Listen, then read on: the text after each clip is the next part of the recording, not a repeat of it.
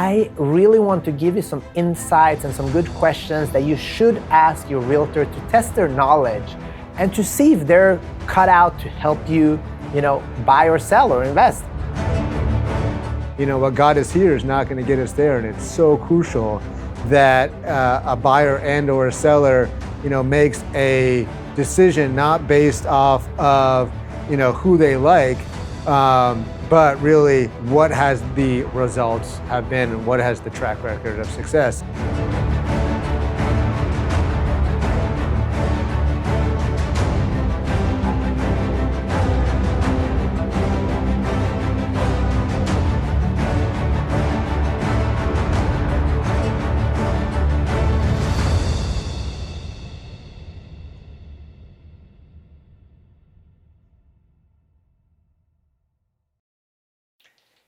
Hey guys, and welcome back to Black Belt in Real Estate. This is season 2, and today we're gonna have a chat about something that I'm super excited about. I'm a world medalist in karate. That's why it's called Black Belt in Real Estate. I have a baseball athlete here with me, James Suarez, my mentor, brother from another mother, and also the CEO of a huge company, the #1 team for Keller Williams in California, which is awesome. But we're going to talk about, if you love competition, you also love the challenge of, winning a listing or getting that client. And I really want to give you some insights and some good questions that you should ask your realtor to test their knowledge and to see if they're cut out to help you, buy or sell or invest, because this is a very, very important decision to you. Who you choose to work with really matters. And you want to work with somebody that you trust and know can take you to the finish line successfully. So welcome, and we're back, James. We're back. It's good to be back. Yeah, I've been saying, experience matters now more than ever, right? We talked about, any agent, with a pulse could have been a rock star in 2022, whereas now as the market's shifting, it takes that systematic strategic approach. It takes, skill level. It takes grind. It takes hustle. It takes, work. We train, if not once a day, twice a day, because in a changing market, what got us here is not going to get us there. And it's so crucial that a buyer and or a seller, makes a decision not based off of, who they like, but really what has the results have been and what has the track record of success. We said it in one of the earlier episodes, this is a business decision, not a personal decision. And depending on what agent or team someone chooses, a value can vary, up to, if not more than 10%. Yeah, and if you're a buyer, seller, or investor, you're in a good position now to interview some agents, to make them sweat a little bit, to have some fun, and we just want to help you with some of the best questions that you can actually ask so you make the best decision. And one of the things, if you're a seller, I think you should ask for the CMA, the comparative market analysis, and see what is their opinion on price. And then when you have a couple of them, you see how did they get to that number? Because we talked about this before. Some agents are going to try to buy the listing, to lock you into a contract and say it's worth more than it is. And talk you through with agents, see where they're coming from, make them sweat a little bit and have them share their opinion. Yeah, when we go on listing appointments, we bring an interview sheet, right, with a series of questions that, a seller should be asking an agent, right? One of the most important questions, if I was a seller, that I would be asking an agent, unless you want to undersell your property or sell it for average or below, is show me where you or your team has, outperformed the market, where you've set a pricing record, right? We set a pricing record almost on a weekly, if not daily basis on properties we sell. So we're constantly outperforming the market, but that's done by design, where most agents' approach is almost by default, right? We've said in the earlier episodes, they do the 3 Ps. They put it in the MLS, they put up a sign, and they pray that it sells. And that's just not going to get you the highest value, especially in this market. Yeah, and another thing to talk about is, the recent testimonials, right? You have, if they show you, this is what we've done, ask to be put in touch. Recall a couple of months ago, we had to fight really hard to get that listing on Arizona, right? And the cool part was that we had the most experience, we by far, but we still had to show references and to make the seller comfortable with working with us. Now, it was a great decision for them, but I'm happy that that seller did their due diligence, as they should. As they should. I mean, we live in a review-based society, right? So I know before I go and look at a movie, right, I go online and see what the reviews are. Before I go to a restaurant, I go on and see what the reviews are. And that, property with Arizona, right, it came down to us and one of our competitors. And luckily, we've had clients who has experience working with us and working with our competitor. And we said, hey, listen, instead of hearing it from us, hear it from the source so you can hear what it's like working with us versus our competitor, right? And after, one conversation, it was like, yep, the Suarez team. But, both a buyer and a seller need to do their due diligence, right? Like in Los Angeles, of course, they probably know somebody who has their license. One, because it's very easy to get your license. And, two, a lot of people, in fact, 70% of agents got their license after, the 2007 crash. So they don't know, what a real estate cycle looks like. And, not to say that I think we're going to have a real estate crash, but yeah, the market's shifting, right? We're going to have about a third less sales, which means that it's going to be much harder to find opportunity out there. It's going to be much harder to sell a property, and it's going to be more difficult to find the opportunity for the buyer. But if you work with an experienced agent or a team, we're experienced and we know how to sell our listings for the highest value, and we know how to find the best deals for our buyers, because a seller doesn't want to undersell and a buyer doesn't want to overpay, right? And that doesn't happen unless you work with somebody that has vast experience. Another great question to ask is, how will you market my home? And you want to see a full-on marketing plan from the team and the agent. Not only do you want to see a marketing plan, you also want to see the marketing report that comes out on a weekly or bi-weekly basis, right? Most agents have no idea what, analytics are, right? So they don't know if they're hitting, if their marketing is working, if they're hitting their target audience. And they may go in the listing presentation and talk about how they're going to syndicate it to all these, hundreds of different websites. Well, just for the audience to know, just when you put their property in the MLS, that automatically happens. What's truly important is the analytics, right? Are the audience engaging? And if they're not engaging, what type of pivoting do we need to do in order to engage that audience, right? A lot of agents will tell their clients, oh, your property is not selling because of the price.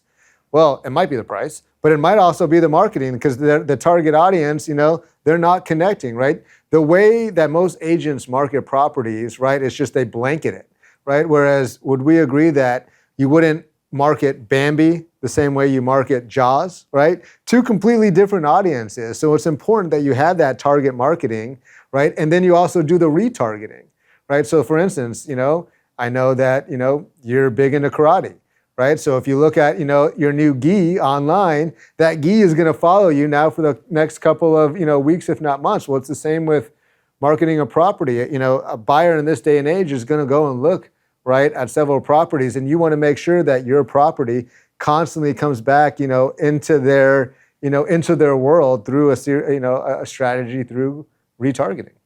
Yeah, that's great. And another great question to ask at the listing appointment is, what should I do to improve my home? To see what's the level of experience on that agent, and how are they showing value in regards to what you can do to improve your home, how much will it cost, do you have the resources to help me, take me all the way through this, because I'm busy with work and I don't have time to do that. Yeah, I mean, if they didn't watch episode 5 where we talked about the story of how we took over a listing and all of the agents that we were competing against said, "Oh, it's the price." It wasn't the price. It was how the property was being presented was the challenge, because red walls and dark colors, right? That's great personality. If you walk into my home, right? I'm Spanish. My wife is Middle Eastern. We have a lot of personality in our home, but only 10% of the buyers of our society are able to visualize what could be. So you're leaving out the other 90%, which is why we need to neutralize the property, which is why we need to paint the property white, why we need to do the staging, because these are the steps that help command a higher value. And if you don't do a series of important steps, you're going to leave money on the table. And if we reverse engineer the process for the buyers too, if certain steps are not taken, they're probably going to overpay for a property. And I can tell you that's a buyer's number one fear. Yeah. Another great thing I think that is important to get clarity on before you choose the agent is who's going to do what. Like, are you working with a team? Are you working with a top agent? Do they have an assist? Like, who's going to do the showings? Who's doing the marketing? Get clarity on who's going to do what, because I've seen this happen a lot of times when we go to somebody that just canceled a listing and they got the promise of everything's going to be done quickly and I'm going to do the showings, and for some reason that didn't happen. So get clarity on who's going to do what and what's the time frames of that. Not only clarity on who's to do what, it's also, are they a passive agent or are they an aggressive agent, right? I know on our team, when it comes to, our listings, we call all the, active agents in the area to let them know about the property. We, go door to door, right? We do circle dialing of everybody in the community because, yeah, maybe one of the neighbors is not planning on moving, but it's, our experience that most neighbors know people who want to move in the area. So what is the aggressive, approach that they're going to take? Or are they just going to be the passive approach where they're just going to wait for buyers to come to them? And then again, reverse engineering that for our buyers, right? Are they just going to be the one who's going to do all the legwork and look on Zillow and look on Redfin for the property? Or is the agent going to do the circle dialing and door knocking to try to find those, off-market opportunities? It's the hustle and the drive, right? It's the hustle and the drive. And listen, that's how our team was built. When I first moved to Los Angeles, I didn't have a dime to my name. I was in debt, right? So I had to do that grind. I had to put in the sweat equity, which is going door to door. And still to this day, I still go door to door and do that circle dialing because that's what it takes to be successful now more than ever in this market. Yeah, I mean, it's crazy and beautiful how, like, if you work with the right people, how pleasant an experience can be of selling or buying a home. Yeah, I mean, you talked about the reviews. I think it's important that, a client go and look and see, what the reviews are of the team and of the agent, right? And again, what is the track record? Show me that you've been able to outperform the market. Show me that you've been able to get a really good deal if you're representing a buyer on a property and that all your buyers aren't the ones having to, drastically overpay for properties. Yeah. Another thing I think, as if you're thinking about hiring an agent, and which is important, how you can kind of test their knowledge, is how they react when you share that you're going to interview other agents.